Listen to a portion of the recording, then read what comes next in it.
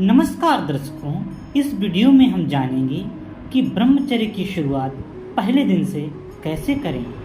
यदि आप सुंदर, स्वस्थ, बलवान बनना चाहते हैं, निरोग बनना चाहते हो, बिस्मिल, भगत सिंह, चंद्रशेखर आजाद के समान बनना चाहते हो, अपने भारत की रक्षा करना चाहते हो, आज से एक नियम बना लो। प्रत्येक कन्या को आप बहन कहेंगे, प्रत्येक कन्या दूसरे लड़के को अपना भाई कहेगी। भाई और बहन कहने से रोग चले जाते हैं और पवित्रता आ जाती है। करके देखिए। इसी का प्रयोग कार्यालयों में कीजिए। जो विवाहित हैं उनको भी मैं कहना चाहता हूँ। इसलिए ब्रह्मचर्य की रक्षा करने के लिए ध्यान रखना, इसका साधन है सात्विक भोजन, प्रतिदिन व्यायाम, आपके शरीर की शक्ति खप जाए।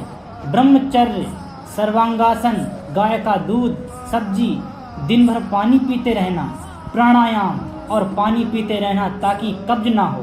कब्ज नहीं होगी तो ब्रह्मचर्य की रक्षा होगी। रात्रि में जल्दी सो जाना। जो रात भर जागते रहते हैं, रात को वायु बढ़ती है, वायु मन को चंचल करती है। वह व्यक्ति कोई भी कुकर्म कर सकता है, वह अपने आप से बाहर हो जाता है। ध्यान रखना इस बात को। रात्रि मंत्रों का पाठ करके सोएं। हमारे यहाँ ब्रह्मचारियों को ब्रह्मचर्य की रक्षा करने के लिए एक मेखला बांधी जाती थी। शायद आपने कभी देखी हो।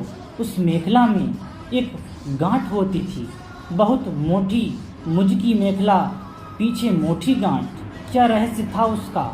यह विद्यार्थी सीधा ना सोए। सीधा सोने से ब्रह्मचर्य की हानि होती है।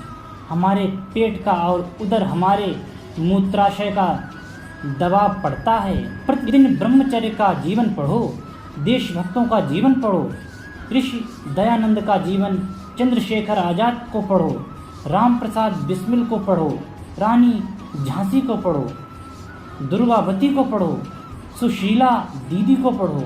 इसने अपने अंगूठा काटकर कलकत्ता में खून से भगत सिंह को तिलक लगाया था कि तुम मेरे भाई हो, मेरे खून का ध्यान रखोगे और अपने देश की आज़ादी के लिए जीवन भर काम करते रहोगे।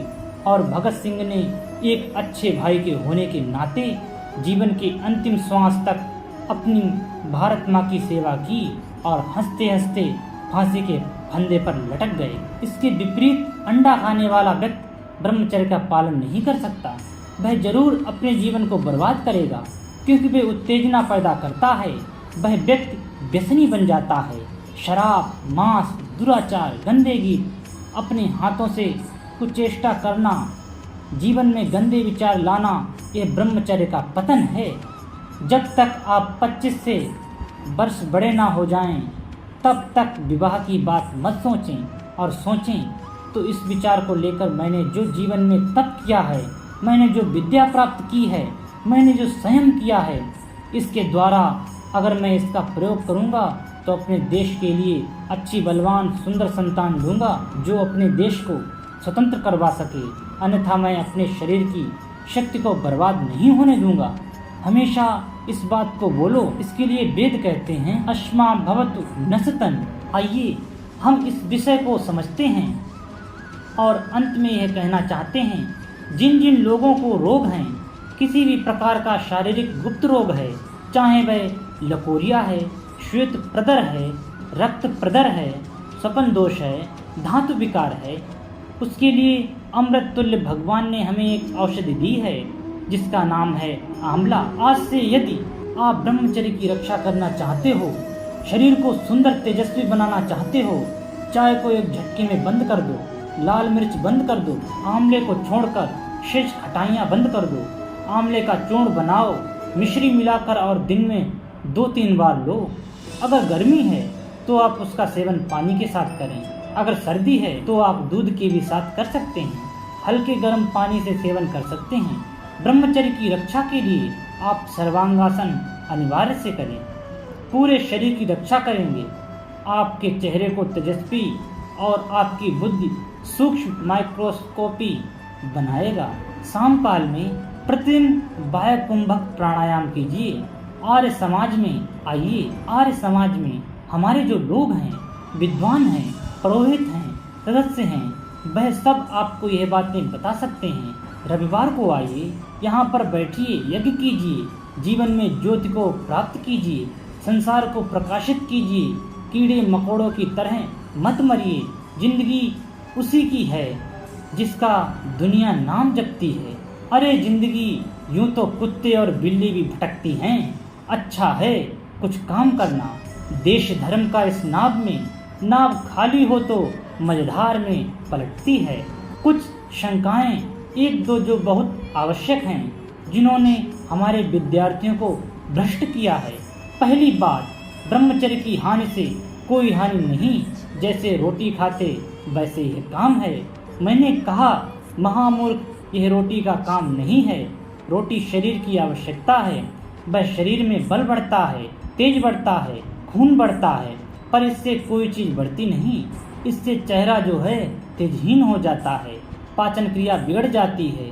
जो व्यक्ति ब्रह्मचर्य की हानि करता है, चाहे विद्यार्थी है, चाहे गृहस्थी है, चाहे वह वृद्ध है, पहला काम वो करेगी, उसके चेहरे को बर्बाद कर देगी।